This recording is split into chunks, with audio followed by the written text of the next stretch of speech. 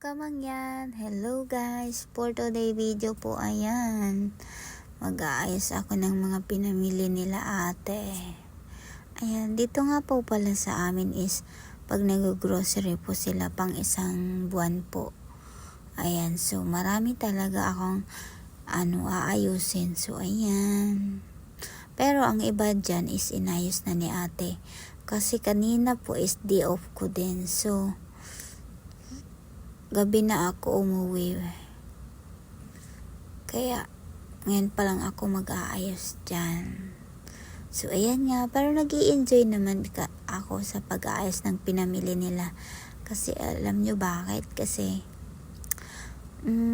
wala lang.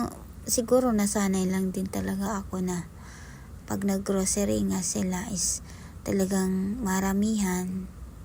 So, ayan. Inalagay ko na sa mga lalagyan ang mga iba, pero ang iba marami.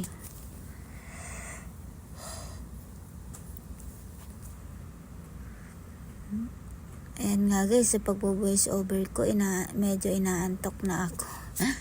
Ayan. Ayan.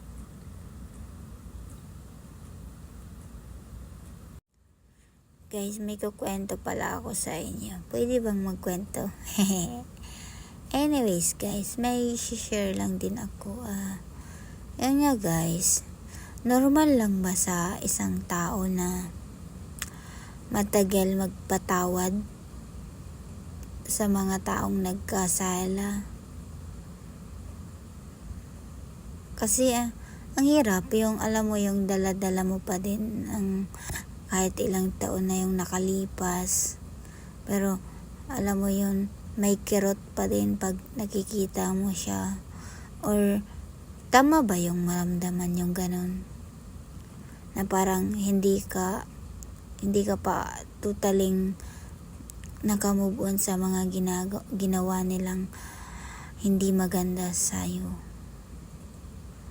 Yun nga guys, kasi guys, yun ang nararamdaman ko ngayon. Alam mo yun, pero pinagdadasal ko naman talaga na Lord, balang araw talagang mapatawad ko sila ng lubusan.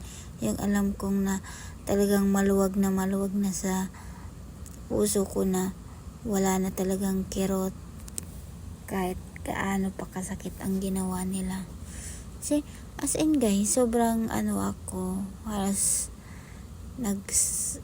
ang hirap yung ganung situation, lalo na pag alam mo magka barangay naman kayo or magkamag-anak naman din kayo. Anyways guys, yun lang.